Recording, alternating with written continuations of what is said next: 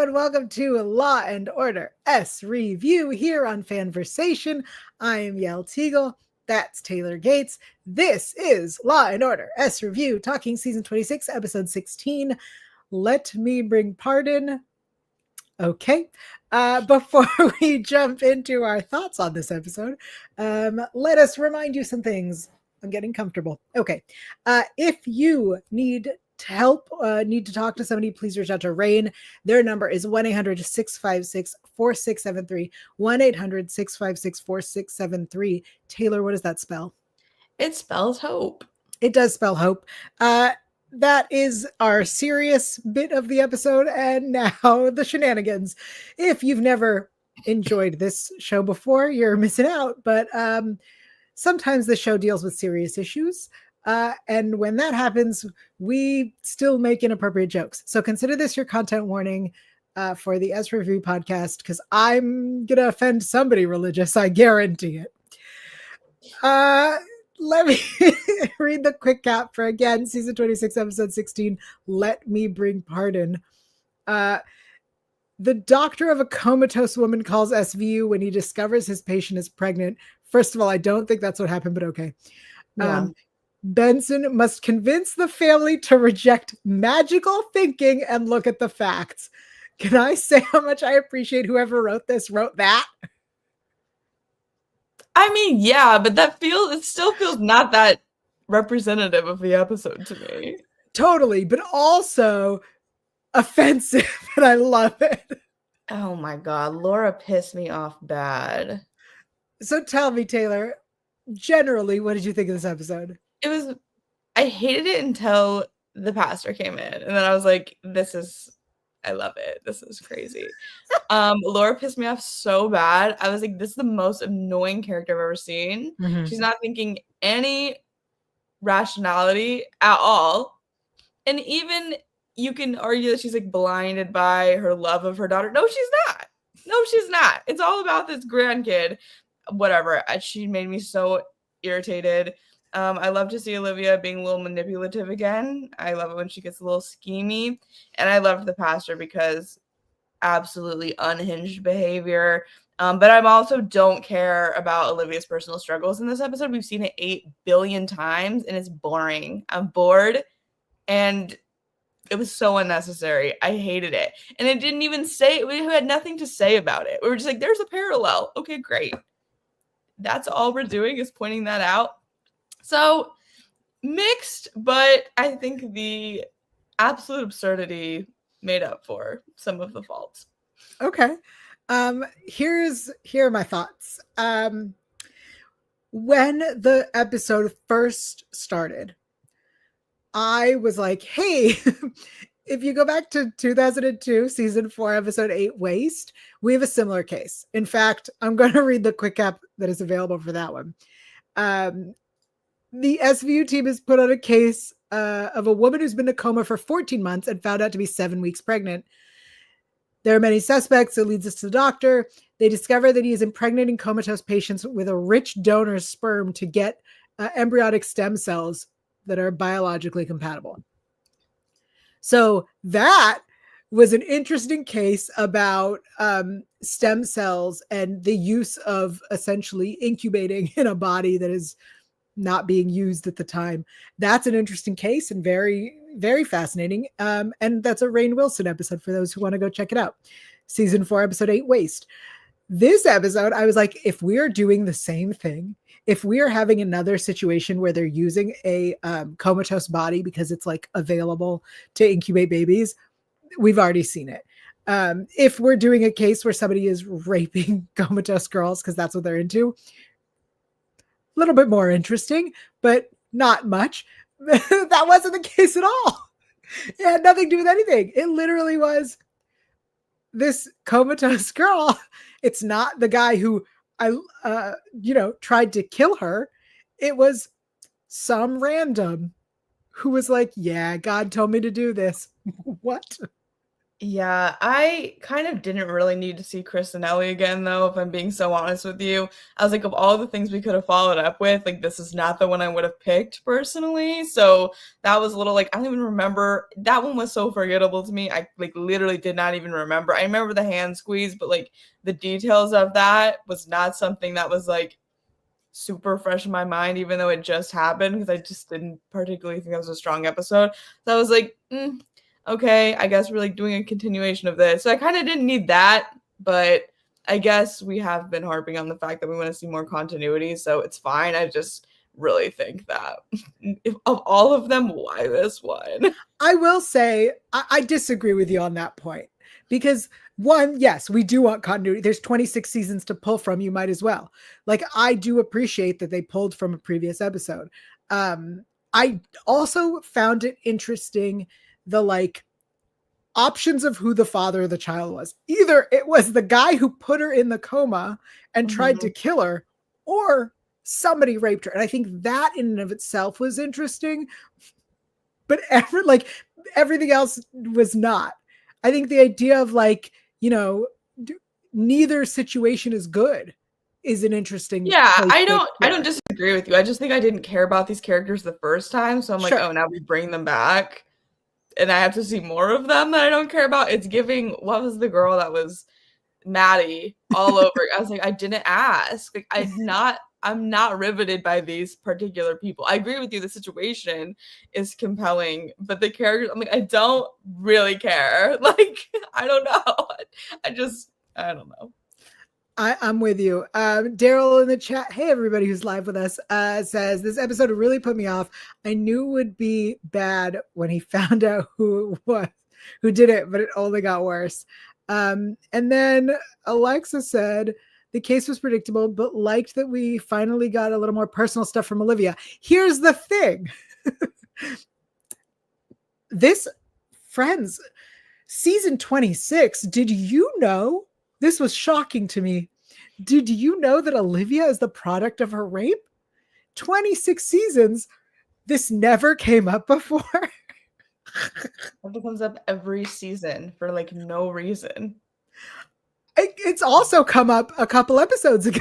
That's what I'm saying. Like it comes up all the time. And I'm like, that is like just not even close to the most interesting thing about her that we need to be following up on. I understand in real life, yes, that is something that impacts you. This is a TV show and I don't care anymore. I'm sorry. I don't care anymore. Especially when, again, this is like we talked about with Bruno. He said that big revelation and it really didn't impact anything. Everyone kept alluding to the fact that her personal feelings were impacting stuff, and they weren't, in my opinion. It was just said to be said, and her judgment was not clouded this time. It's so funny because I guess like Silva and Bruno don't know. And that maybe is interesting, but we didn't explore that. Yeah.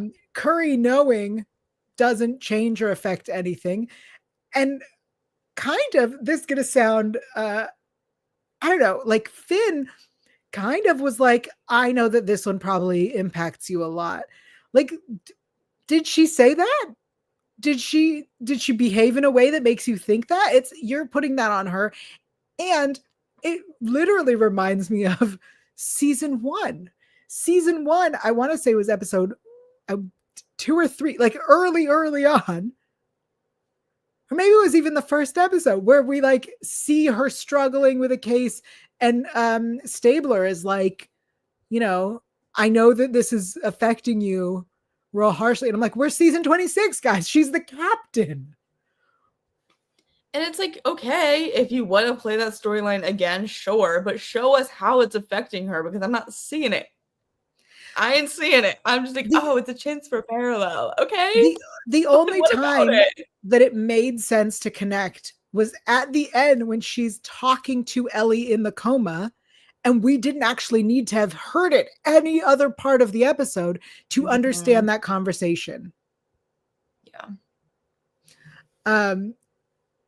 But season 26, this is shocking news, everybody. I think it is in the pilot that I'm thinking of the scene. Anyway, Yeah, it I doesn't think matter. it's part of her character from the very beginning. I know, but I think the scene that I'm specifically thinking of is actually the pilot. That whatever, Yeah. it doesn't matter. There was a moment where when we find out that she's pregnant and Benson asks her mom, how far along is she? And she said, what difference does it make? And I went, what difference? She's in a coma. It makes a whole lot of difference. How Yeah. far I along? mean, I That's think important. yeah, I figured her assumption was like, oh, it's obviously Chris's, which was also my assumption until I was like, oh, you're talking about the fact that she could have gotten pregnant in the coma. Like, I didn't really understand that's what they were saying at first either. I was like, yeah, it's probably Chris's. It's probably not some guy that she like met at that bar. You know what I mean? I feel like that's where she was coming from. Of like, well, who cares if it's not, you know, like who cares if she was sleeping around on Chris? That's how I interpreted it. And I was like, oh, you're talking about She's in a the coma. I was yeah, like, how long has she been in the coma? That's how my brain that's went. the thing. Because I was like, okay, so she's been in the coma for a week because I don't know how much time has passed. I don't look at the dates. So I was like, okay, so she was sleeping around on Chris. She cheated on Chris. Who cares? Like, he sucked. Good for her. So that's where my mind went. I'm wondering if that's kind of where she was coming from too. I see. Yeah, my mind went, how long has she been in the coma? Mm. All because I would assume, right? Like when she was admitted early on and they kept doing all these surgeries. I don't know if you've been to the doctor recently, but they check if you're pregnant all the time if you're a woman. Mm-hmm. Even if there's no possible way, they check if you're pregnant all the time. So that's why I was like, how long has she been in the coma?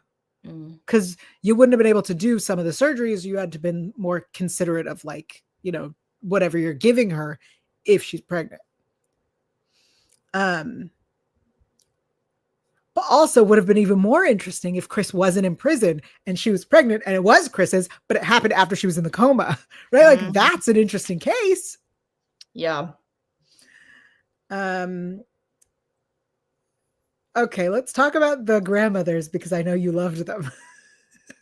Well, some of them. Laura was just annoying to me. Like, I couldn't even love to hate her. I was just like, you're obnoxious. Like, oh, she made me so frustrated. But Chris's mom, legend, icon, the moment. We love her. She switched up so fast, though. Like, her motivations were so confusing to me because she was like, yeah, I'm going to raise this baby with Laura. Okay, lesbian situationship. We love that. But she was like so adamant about that. So I was like, okay, like she really wants to, maybe she wants like a do-over, like a mothering. That's cool. And then the child support happened and she switched up really fast. And I was like, I don't know. Like, I see how that would make her switch up fast, of course. But I don't know. I just feel like then her motivations for wanting to raise this baby, I was like, then why was she so adamant about that, I guess? I'm not sure. Because she thought it was her grandchild. And then it occurred to her that there's a possibility that it wasn't. So like, yes, the money probably impacted her a lot, but also then thinking about it, she went, wait, there's actually a huge chance that I'm not the grandmother. And so why would I, for her, not for me or for any normal person in the human world, why would I bother raising this kid that I have no relation to? Yeah. To clarify again, within the context of this story. Yeah. Okay. I want to talk about the chief of neurosurgery and that whole red herring. Because I really liked it. Yeah, me too. I was like, oh. Because it was super sus that he walked out. Then like the reminder that we had met him before, and he was the one who told Olivia, like, this girl's brain dead, we should pull the plug. To then have him be like, you got in my head about her squeezing your hand. And so I had to see it from like, I was like, that is interesting. Let's deal with whatever his weird new obsession. You know what I mean? Like that was interesting. Yeah. Yeah. But like, why so sassy? Just give him the swab. Like, is it that deep? He was so sassy himself though, since we met him. It's true. It does check out for his character, but I was like, is it that serious? Like, it's a swab. It's gonna take 3 seconds. Do it on the way. Like, they can walk next to you and swab it. I'm just chill out, dude. Like, you're looking so sketch for no reason. But he led us to the youth pastor, who I want to give some actor shout outs here. He was so good. Because I 100% believe that man is a creepy youth pastor. Yeah. Really good performance. So some actor shout outs for this episode. Laura Hughes, who great job at annoying us, played by Jamma Williamson. Chris Becker returns. That's Graham Patrick Martin. Creepy youth pastor is Garrett Coffey or Kofi. Great performance. Virginia Becker. Gina Costigan. Ellie Hughes. Good job laying there. That is really hard to do. Jen Parker Davis. And then the doctor, sus. Dr. Hames, played by Mike Shapiro. Really, really good performances all around. Let me bring pardon. What a title. I can't. It's giving charisma, but like in a different way. Charisma was like that's one of the cult leader guy. Mm-hmm. And I feel like that was the drama aspect. And this was the more like crazy approach, comedic. Like, it wasn't funny, but some of the lines were obviously meant to be funny because they were so ridiculous. I just the idea that this youth pastor was like, I was called into this room. She wanted a family. What? What are you talking about? The lawyer's like, well, you can't prove that didn't happen. Well, can you prove that it did? Like, I think that you need some evidence then, because good luck in court. I mean, literally, as soon as the word youth pastor came out of the doctor's mouth, I went, there it is. I mean, that's why Laura's acting. Mm-hmm. What are you doing? I'm sorry. I can't get off of it. She annoyed me so much. I couldn't. Well, it sounds like we really want to get into best lines, so we might as well start. Yes. I have a few. Go for it. Okay. Want me to just go back in there like the old days and knock some sense into him? Because believe me, I will. Remember earlier in the season when people kept talking about why everyone is mad at cops? Yep. It's shit like this, Finn. I thought the same thing. All right. Never underestimate the power cash has to affect a person's morality. Fact. Yeah. And then this is one that just made me laugh. And it was, Jesus wasn't giving us a math lesson. I don't care about the rest of the quote. It's just that sentence that made me laugh. Jesus wasn't giving us a math lesson. Those are my quotes. What do you got for us, Taylor? Oh, there's so many. I know. None of whom have a record of sexual assault. Well, someone is about to get one. So true. Unless you know how to remove a brainstem tumor, get the hell out of my way. Sassy. I still want to be part of the child's life. Well, that's not going to happen. They're just so shutting everyone down. She would have jumped over the table and smacked the blonde out of his hair. Ellie's crusty neurosurgeon. Called by who? The Lord. I'm like, bro, he's so for real right now. Who are you? Ellie Hughes' guardian angel. Tell him. I already told you, detectives, we were praying. Okay. You're saying God calls you to rape a comatose woman? Your words, not mine. That's the craziest one for me. Because what do you mean? Like, what do you mean by that? Because you're kind of saying yes.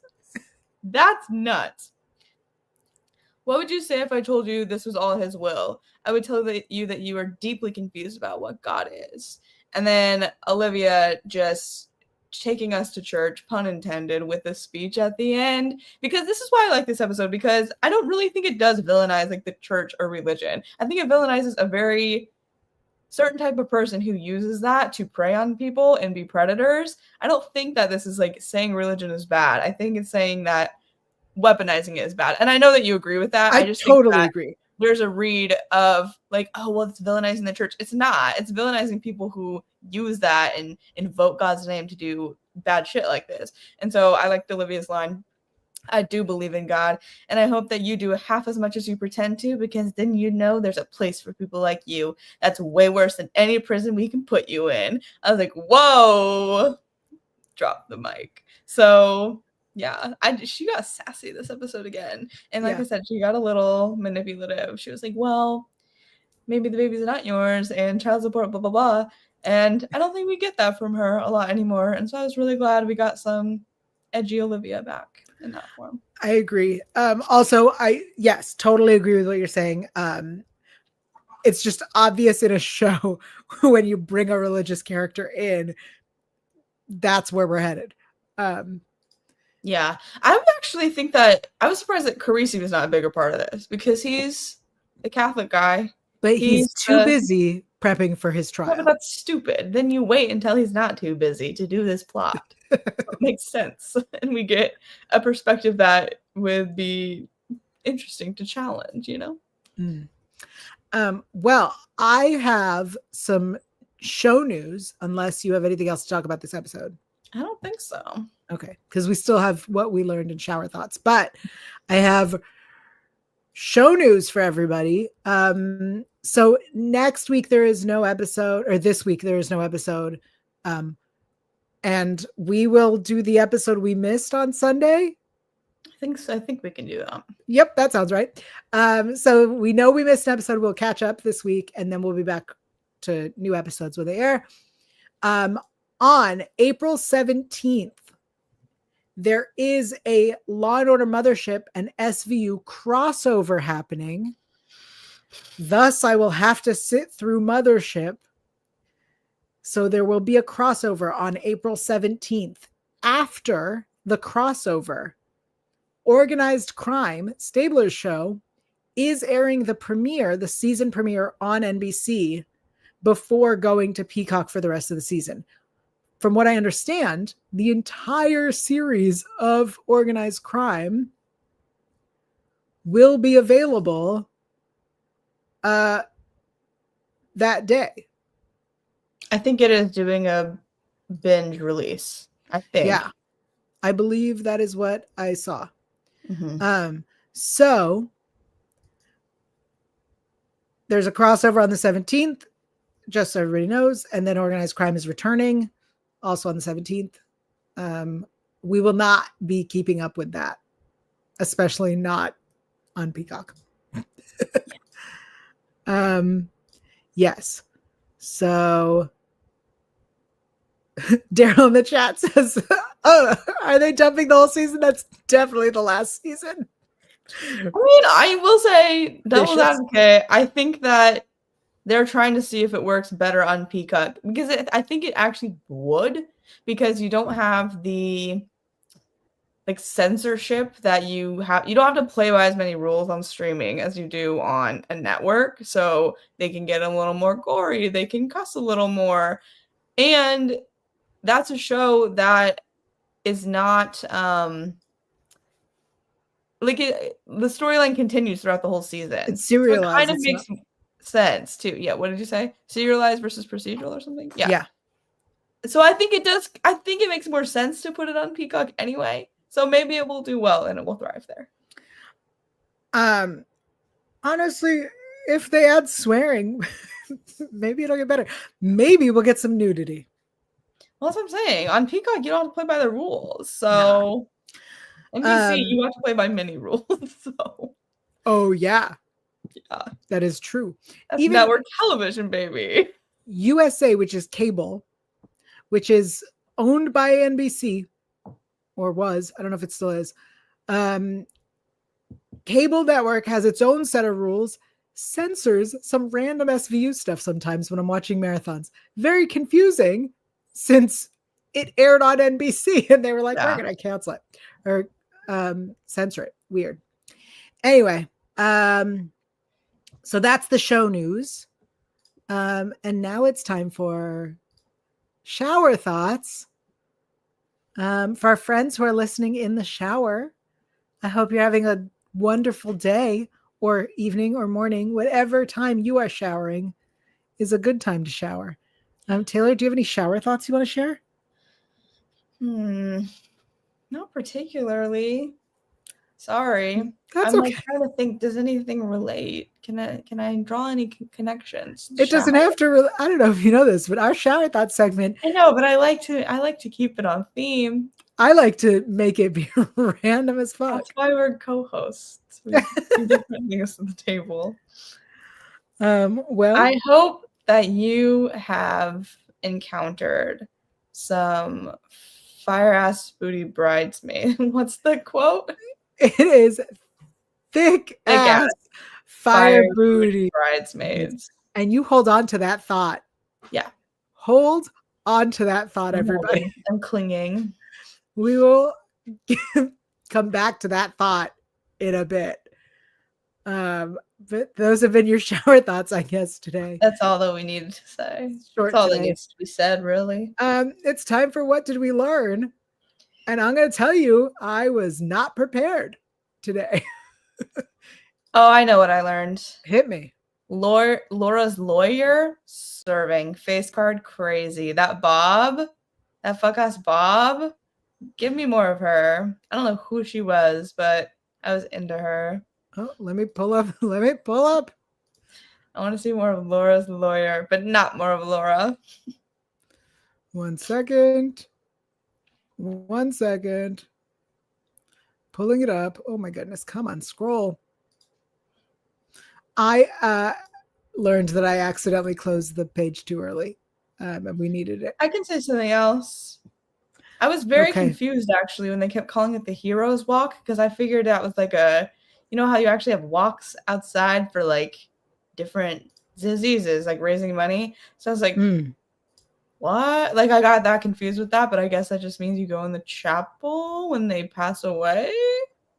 No, I believe the Heroes Walk is when they, and correct me if I'm wrong, but I think it's when they are taking the donated body parts. Ah, that makes more sense. Okay, I see. Okay, I like that. I feel like maybe I missed it, but maybe they could have explained that better.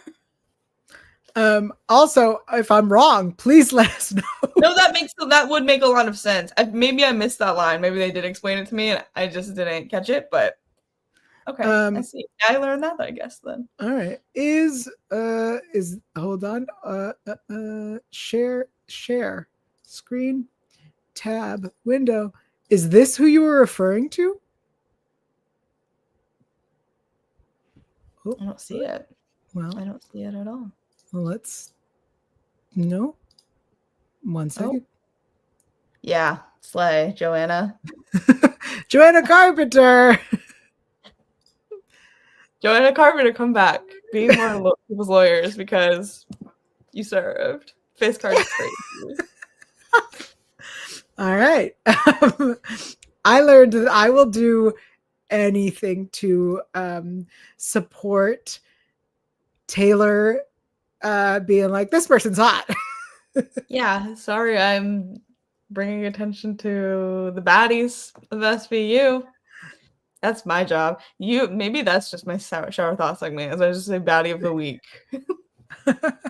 I think it's just, I will be happy to do this for you because I'll be like, this person was hot and I don't want to be alone in it. Yeah, no, you're not. We just have our Venn diagram does intersect. It does. Because she was very hot. Yeah. But the reasons we find someone hot are different. That's different. She was older than me, so I liked that.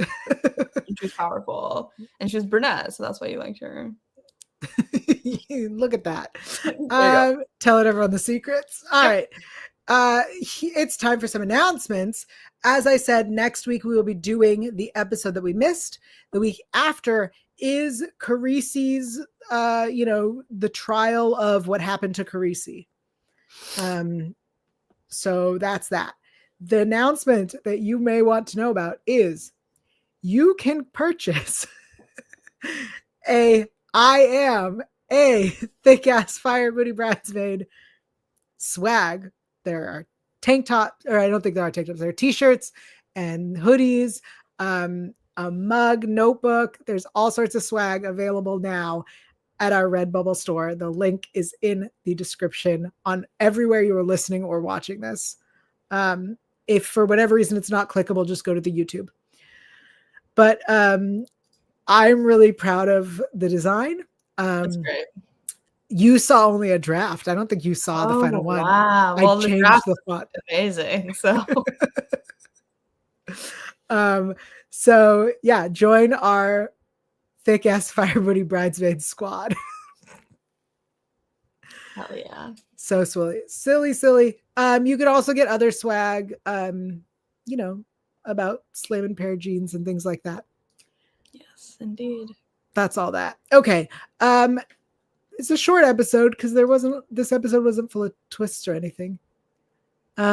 Taylor, if people want to keep up with you and what you're up to these days, you just did some cool stuff over the weekend, right? I sure did. I covered Paley Fest for Severance and Agatha All Along. Those interviews are being released on Collider's Instagram and TikTok. So if you watch either of those shows, follow those social media sites and you can watch all of them. If you want to follow me personally, you can find me on Twitter at alphabet_and. You can also find me on Instagram at Taylor_Gates_. I also have a TikTok I use occasionally to post interview clips. That's also alphabet_and. So you can find me there and on Collider's website for my written stuff. There was this clip that I saw that I think was somebody was so excited to see you. I'm gonna blush and giggle, Yael. Tell us about it. I reunited with Catherine Hahn, who's like absolute fave, on the red carpet, and she complimented my outfit, and it was very cute. Even Daryl said Taylor keeps getting recognized by celeb fans. It was crazy. That was a very out-of-body moment. And shout out to my little sister who came along with me and took that little B-roll video. It's very precious to me, so shout out to Macy. Thank you. Yes, shout out to Macy. Hi, Macy. I am on Instagram at Yael Tygiel. That's YAELTYGIEL. If you want to know about the smut I'm reading, check out Good Little Library Mouse. That's it. That's all I've got right now. But there will be more soon. We will be back at our regular time on Sunday because I'm not going to WonderCon. And we're doing this episode we missed, and then we'll be back again the week after. All right. Be safe, everybody. We love you. Mwah. Bye.